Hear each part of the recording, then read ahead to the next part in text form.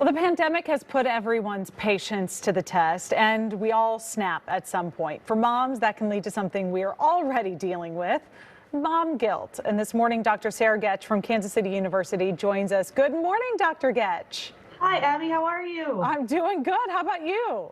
I'm doing well. It's good to see you. You as well. Okay, so you're a mom. I'm a mom. We know this feeling.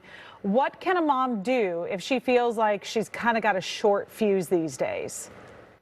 Well, I think really sort of the first sort of meta advice that I would give you is to really start to examine what expectations you have set for yourself and for your partner and for your children. It could be that the expectations, especially right now during a pandemic, just maybe aren't so reasonable.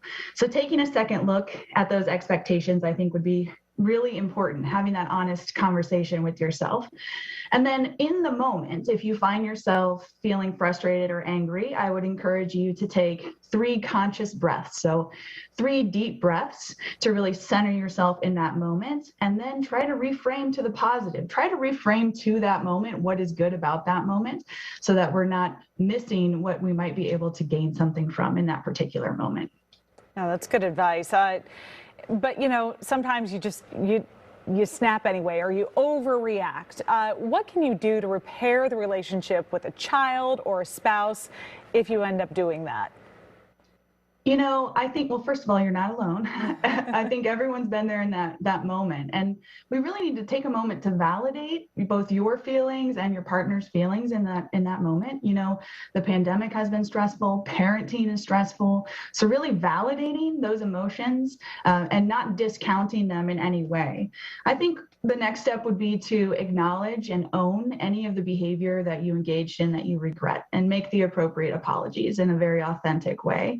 And then finally, I think we need to identify a plan for moving forward. So sort of back to the original idea of setting realistic expectations, and as a mom, coming to grips with asking for help when you need help, and then delegating responsibility, also very important as a mom.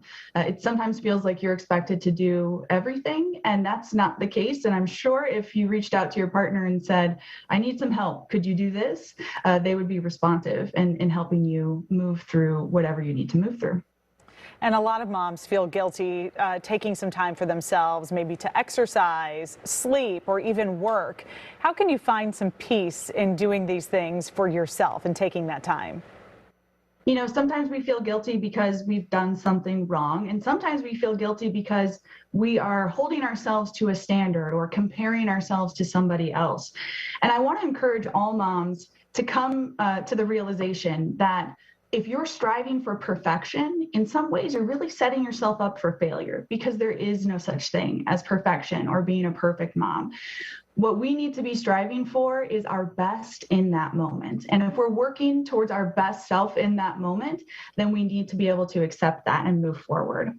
I also want to remind moms that your health, your personal health, is imperative to the health of your children. It's sort of like when you're on an airplane and the stewardess says, or the flight attendant says, put your mask on first before you help those around you. It's the same idea. You need to be able to take care of your own mental health, your physical health, your nutrition, in order to be that best self, that best mom that you can be for your kids.